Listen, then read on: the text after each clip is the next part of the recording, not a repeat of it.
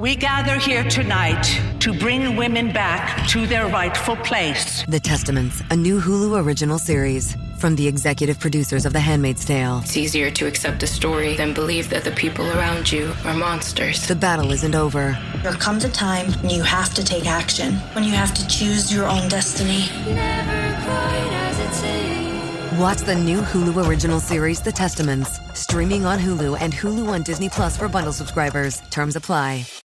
TaxAct filing software and live tax experts can help small businesses easily knock out their taxes. Actually, our experts can help you find deductions and credits for any sized business. Itty-bitty businesses, medium-sized, really big, mid-sized, small businesses, companies with 0 employees, and mom-and-pop conglomerates. Yep, our tax experts can help all of them. TaxAct. Let's get them over with. En un solo día, ella lo perdía todo. El marido, la casa, la identidad, el futuro. En el antiguo Israel, cuando un hombre moría, su esposa no heredaba nada. 0. Las propiedades iban para los hijos varones o parientes del fallecido. Y ella dependía de la misericordia de quien se quedara con los bienes que ayudó a construir. Esta era la realidad brutal de las viudas en el Antiguo Testamento. Para entender el peso de esta condición, primero necesitas entender cómo funcionaba la estructura social del antiguo Israel. La sociedad estaba organizada en torno a 3 pilares fundamentales: la tierra, la familia y el nombre. La tierra garantizaba supervivencia económica. La familia garantizaba protección social. El nombre garantizaba identidad y continuidad generacional. Cuando una mujer se casaba, dejaba la casa del padre y entraba en la casa del marido. Pasaba a formar parte de una nueva familia, de un nuevo clan, de un nuevo linaje patriarcal. Su identidad se fundía completamente con la del esposo. Sus hijos llevarían el nombre de él. Su seguridad física, económica y social dependía enteramente de la posición de él en la comunidad. Ahora imagina lo que sucedía cuando ese hombre moría. La viuda no perdía solo un compañero de vida, perdía su lugar en el sistema entero. La tierra que ella ayudó a cultivar por 10, 20, 30 años no era suya. Los rebaños que ella ayudó a cuidar durante décadas no eran suyos. La casa donde crió a sus hijos, donde preparó miles de comidas, donde tejió ropas y mantuvo el hogar funcionando, no era suya. Absolutamente todo pertenecía al linaje del marido. Y con la muerte de él, ese linaje necesitaba decidir qué hacer con aquella mujer que ahora ocupaba un espacio incómodo en la estructura familiar. Si la viuda tenía hijos varones adultos, la situación era menos desesperante. Los hijos tenían obligación moral y religiosa de cuidar a la madre. Pero si los hijos eran demasiado pequeños para proveer sustento, o si no había hijos varones, o si solo había hijas, la viuda entraba en un limbo social que podía durar el resto de su vida. Existía sin realmente pertenecer a ningún lugar. El libro de Deuteronomio describe una práctica llamada levirato. La palabra viene del latín levir, que significa cuñado. La ley determinaba que si un hombre moría sin dejar hijos, su hermano debería casarse con la viuda. El primer hijo de ese matrimonio sería considerado legalmente hijo del fallecido para que su nombre no fuera borrado de Israel. La intención era noble: proteger a la viuda y preservar el linaje familiar. Pero la ejecución dependía enteramente de la buena voluntad del cuñado, y la buena voluntad era un recurso frecuentemente escaso. El caso de Tamar, registrado en Génesis capítulo 38, expone las fallas brutales de ese sistema. Tamar se casó con primogénito de Judá. Era malo a los ojos del Señor y murió sin dejar hijos. Siguiendo la ley del levirato, Judá dio a su nuera viuda al segundo hijo, Onán, pero Onán no quería engendrar un hijo que no sería considerado suyo. Cada vez que se acostaba con Tamar, derramaba el semen en la tierra para no dar descendencia al hermano. El texto bíblico es directo. Lo que Onán hacía desagradó al Señor y él también murió. Judá tenía un tercer hijo, Sela. Prometió a Tamar que, cuando Sela creciera y alcanzara edad adecuada para el matrimonio, ella se casaría con él. Parecía una solución razonable. Los años pasaron, Sela creció, y Judá no cumplió la promesa. Deliberadamente dejó a Tamar esperando indefinidamente, atrapada en un limbo de viudez permanente, sin marido actual, sin marido futuro prometido, sin hijos, sin herencia, sin perspectiva alguna de cambio. Tamar pasó años vistiendo ropas de viuda en la casa de su propio padre. Esta no era una elección estética o expresión de luto personal. Era una marcación social obligatoria, un uniforme que la identificaba públicamente. Las viudas en el antiguo Israel usaban vestimentas específicas que las identificaban inmediatamente para cualquier observador. Colores oscuros, telas simples, ausencia completa de adornos o joyas. Cualquier persona que se cruzara con una viuda en la calle, en el mercado o en los campos sabía instantáneamente su condición social. Esta identificación visual servía a dos propósitos profundamente contradictorios. Por un lado, señalaba que aquella mujer necesitaba protección especial y caridad comunitaria. Por otro lado, la marcaba permanentemente como alguien al margen de la estructura social normal. Una mujer fuera de lugar. Una presencia incómoda que recordaba a todos la fragilidad de la vida y de los arreglos humanos. El caso de Tamar tuvo un desenlace que escandalizó a generaciones de lectores a lo largo de milenios.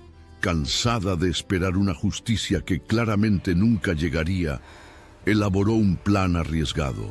Se quitó las ropas de viuda, cubrió su rostro con un velo y se sentó a la orilla de un camino por donde sabía que Judá pasaría. Judá, viudo él mismo en esa etapa de la historia, pensó que ella era una prostituta cultual y negoció sus servicios. Se acostó con ella sin jamás reconocerla. Tamar quedó embarazada de aquel encuentro único. 3 meses después, Judá recibió la noticia de que su nuera se había prostituido y estaba embarazada. Su reacción fue inmediata y brutal. Tráiganla afuera y que sea quemada, la pena de muerte por fuego. Pero Tamar había guardado pruebas.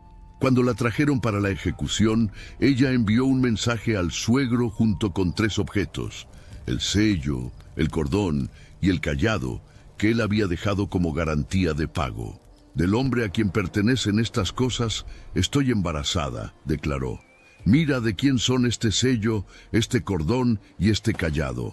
Ella había arriesgado su propia vida enfrentando muerte por fuego para garantizar lo que la ley divina ya le garantizaba, pero que los hombres se negaban a cumplir. La declaración de Judá ante las evidencias es una de las más reveladoras del Antiguo Testamento. Ella es más justa que yo, por cuanto no la di a Sela, mi hijo. Una viuda necesitó disfrazarse de prostituta, arriesgar ejecución pública y humillar a un patriarca para obtener la justicia que el sistema debería haber garantizado automáticamente. El propio hombre que la condenó reconoció que ella tenía más razón que él. Pero no toda viuda tenía la astucia, el coraje o la oportunidad de Tamar. La gran mayoría enfrentaba un destino mucho más silencioso y mucho más cruel. La pobreza lenta y sistemática que consumía años, décadas, vidas enteras. La ley de Moisés establecía mecanismos específicos para proteger a las viudas del hambre absoluta. Durante la cosecha de granos, los propietarios de tierra tenían prohibido cosechar hasta las esquinas extremas de los campos. Tenían prohibido volver a recoger gavillas que hubieran sido olvidadas en el suelo. Tenían prohibido pasar 2 veces por el mismo olivo sacudiendo las ramas.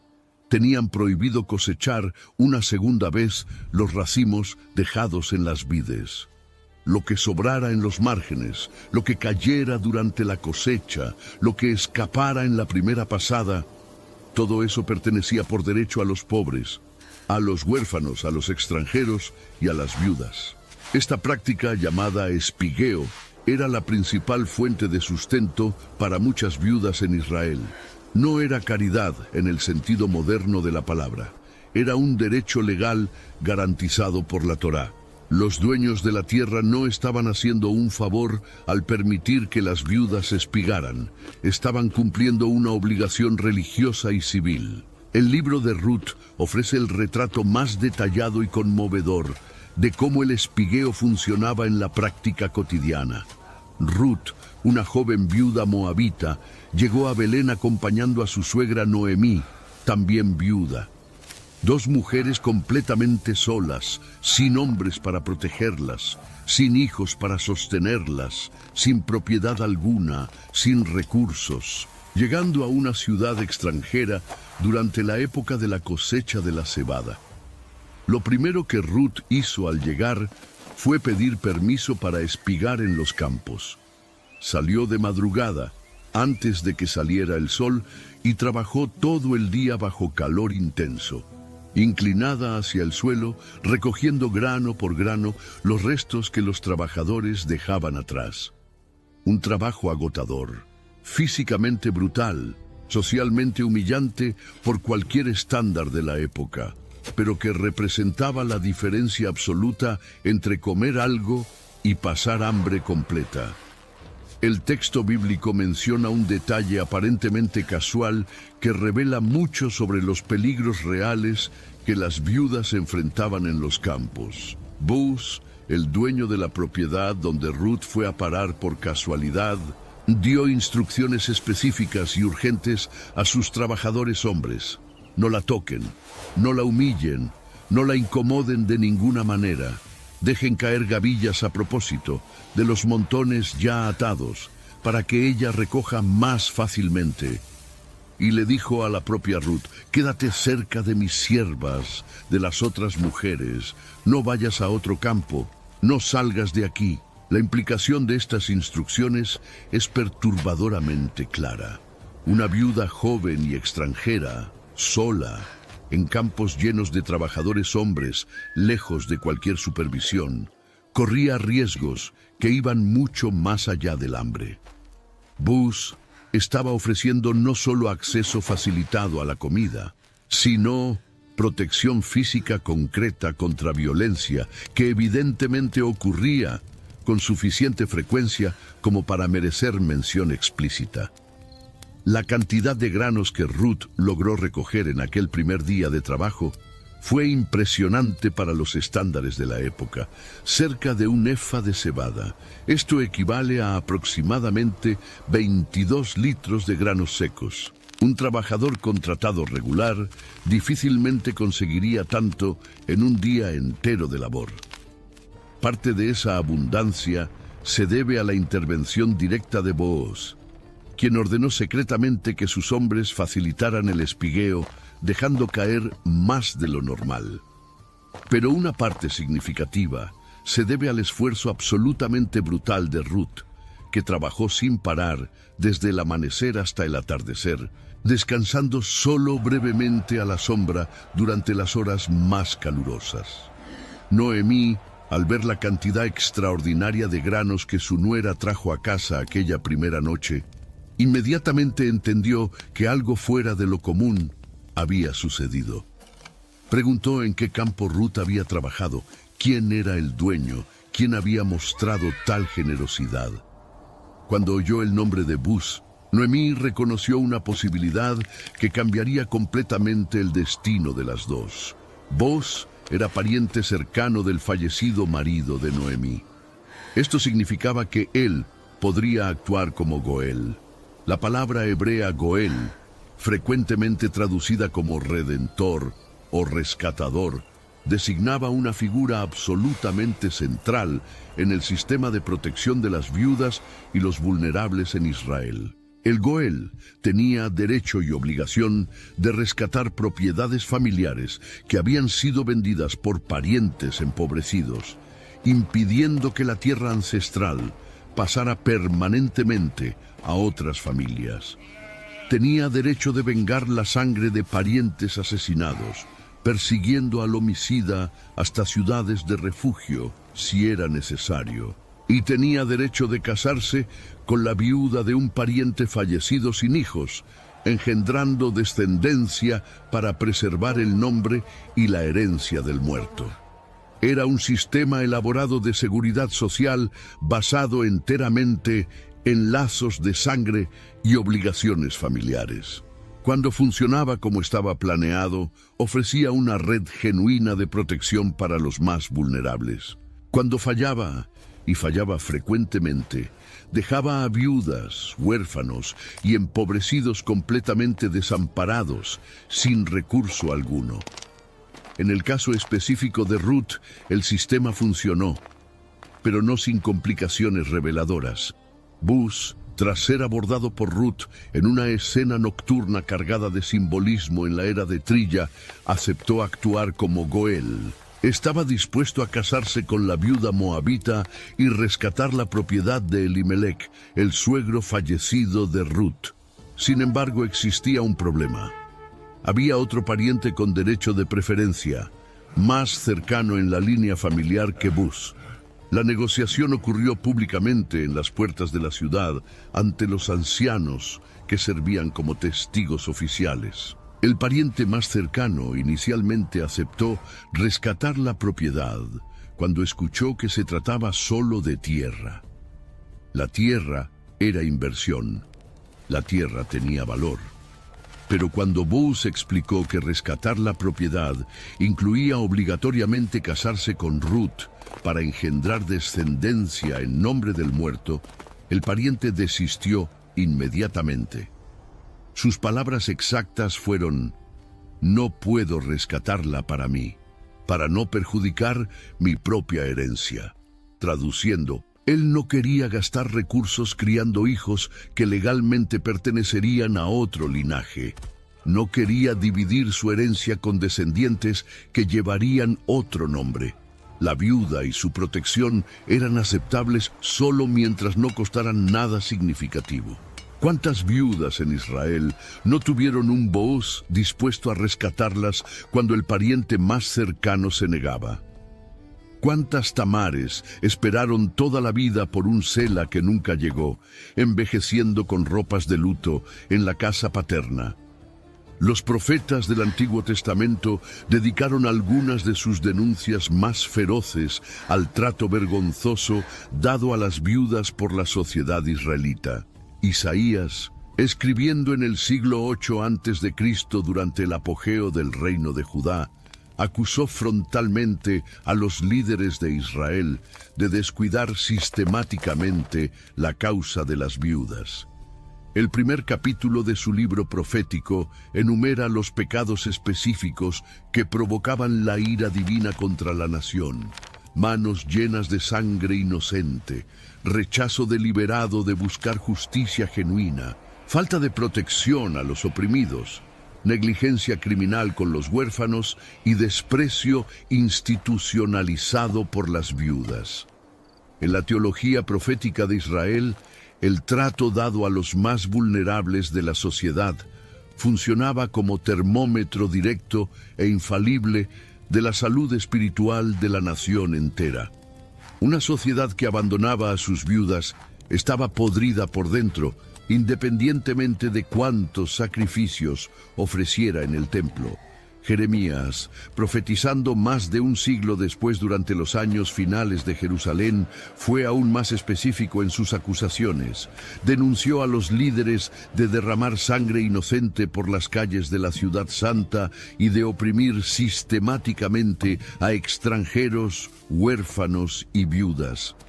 Ezequiel, profetizando en el exilio babilónico, enumeró los pecados de Jerusalén que habían resultado directamente en su destrucción catastrófica: profanación deliberada de lo sagrado, desprecio por los propios padres, opresión de extranjeros vulnerables, maltrato sistemático a huérfanos indefensos y viudas abandonadas. Malaquías, el último de los profetas escritores del Antiguo Testamento, registró una advertencia divina escalofriante. Dios vendría personalmente como testigo rápido contra aquellos que explotan a trabajadores en sus salarios, que oprimen a viudas y huérfanos, que maltratan a extranjeros.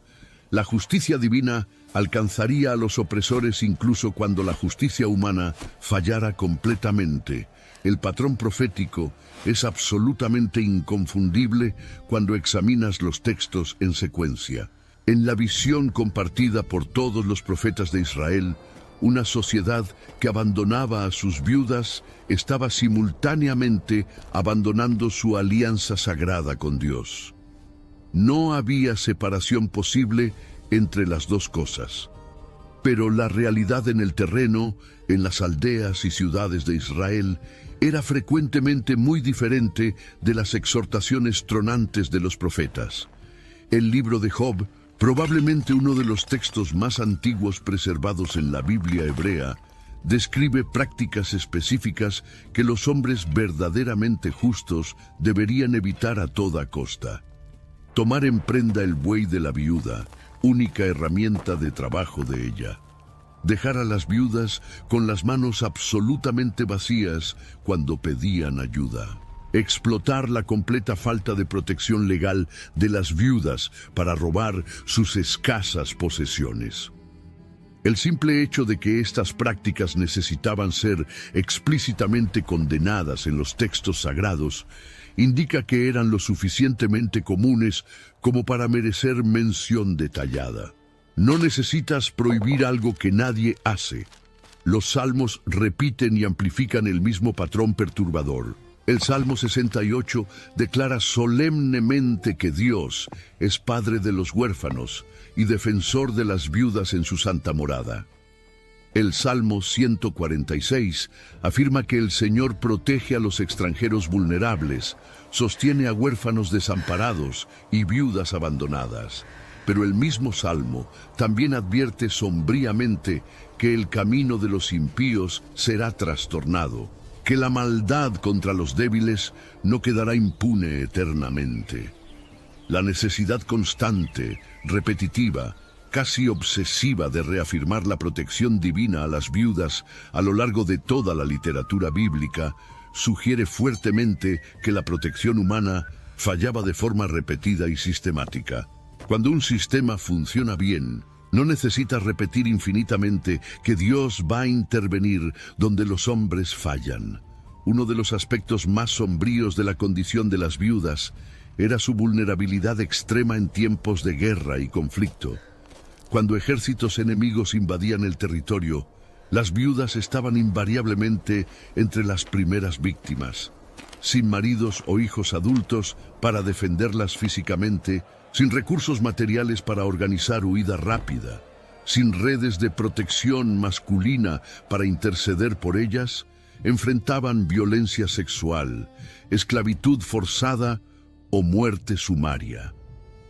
El libro de Lamentaciones, escrito en el rescaldo inmediato de la destrucción completa de Jerusalén por los ejércitos babilonios en 586 a.C., menciona específicamente el destino horrible de las mujeres en la catástrofe. Las mujeres en Sión fueron violadas sistemáticamente. Las vírgenes en las ciudades de Judá sufrieron el mismo destino. Los príncipes fueron colgados por las manos de los conquistadores. Ningún respeto o misericordia fue mostrado a los ancianos. Pero incluso en tiempos de paz relativa, lejos de invasiones y asedios, la viuda típica enfrentaba una forma más lenta y silenciosa de violencia social, la erosión sistemática e implacable de sus escasos recursos a lo largo de los años. Sin marido para representarla en negociaciones comerciales, era blanco fácil para acreedores deshonestos que cobraban intereses abusivos. Sin protector masculino visible, atraía a vecinos codiciosos que invadían sus tierras gradualmente. Sin defensor en los tribunales, sufría con parientes oportunistas que simplemente tomaban lo que querían. El libro de Proverbios, capítulo 15, advierte que el Señor arranca y destruye la casa de los soberbios orgullosos, pero mantiene firmes e intactos los límites de la propiedad de la viuda. La referencia a los límites es técnica y específica. Se trataba de las piedras grandes que se colocaban para marcar oficialmente las fronteras entre propiedades diferentes. Mover esas piedras durante la noche para robar tierra del vecino era crimen grave, punible con maldición divina. Y las viudas solitarias eran blancos preferenciales para ese tipo exacto de fraude inmobiliario, porque difícilmente conseguirían probar el cambio u obtener justicia en los tribunales. La viuda pobre enfrentaba un problema estructural profundo que ninguna ley escrita, por más bien intencionada, podía resolver completamente. Ella simplemente no tenía voz institucional reconocida. En el sistema judicial israelita de la época, el testimonio de una mujer tenía peso automáticamente inferior al testimonio de un hombre. En muchos tipos de casos civiles y criminales ni siquiera era formalmente aceptado como evidencia válida. Esto significaba concretamente que una viuda defraudada por un vecino poderoso o robada por un pariente influyente tendría dificultad extrema en probar su caso ante los ancianos. Su palabra solitaria contra la palabra de él raramente prevalecía. El sistema favorecía estructuralmente a quien tenía más conexiones, más recursos, más voces masculinas dispuestas a testificar. Los ancianos de la ciudad, que funcionaban como tribunal de primera instancia para disputas locales, eran invariablemente todos hombres. Eran frecuentemente los mismos hombres que tenían intereses comerciales, lazos familiares o deudas de favor con los acusados de explotar a viudas indefensas. La posibilidad realista de una viuda pobre y sin conexiones obtener justicia genuina contra un hombre rico y bien relacionado en la comunidad era absolutamente mínima. Dependía enteramente de la suerte improbable de encontrar un defensor masculino dispuesto a abrazar públicamente su causa impopular. El diezmo trienal era otro mecanismo elaborado de protección social establecido en la ley mosaica. Cada 3 años, todo el diezmo de la producción agrícola de Israel no iba al santuario central, sino que era almacenado localmente en las propias ciudades y aldeas, para ser distribuido a los levitas sin tierra, a los extranjeros residentes, a los huérfanos desamparados y a las viudas necesitadas. Este sistema creaba teóricamente una reserva comunitaria sustancial para los segmentos más vulnerables de la población. Pero su eficacia real dependía enteramente de 2 factores imprevisibles: la honestidad de los contribuyentes en realmente separar el diezmo completo y la integridad de los administradores locales en realmente distribuir los recursos a los destinatarios correctos. En periodos de prosperidad y piedad genuina, el sistema probablemente funcionaba razonablemente. En periodos de corrupción generalizada, sequía prolongada o inestabilidad política, esos recursos frecuentemente no llegaban a las viudas que más los necesitaban. La distancia entre la ley escrita y la ley practicada siempre fue el espacio donde los vulnerables sufren más. El antiguo Israel no era excepción. Tenía leyes genuinamente avanzadas para su época, específicamente diseñadas para proteger a viudas, huérfanos y extranjeros. Tenía también una sociedad compuesta de seres humanos falibles que frecuentemente ignoraban, eludían o violaban abiertamente esas mismas leyes cuando era conveniente, lucrativo o simplemente más fácil. Lo que las historias de estas mujeres revelan no es solo sobre un tiempo distante y una cultura antigua. Es sobre cómo cualquier sociedad en cualquier época trata a aquellos que no tienen poder de negociación. Aquellos cuyo sufrimiento diario no genera titulares ni moviliza multitudes. aquellos que dependen fundamentalmente de la buena voluntad voluntaria de otros para simplemente continuar existiendo.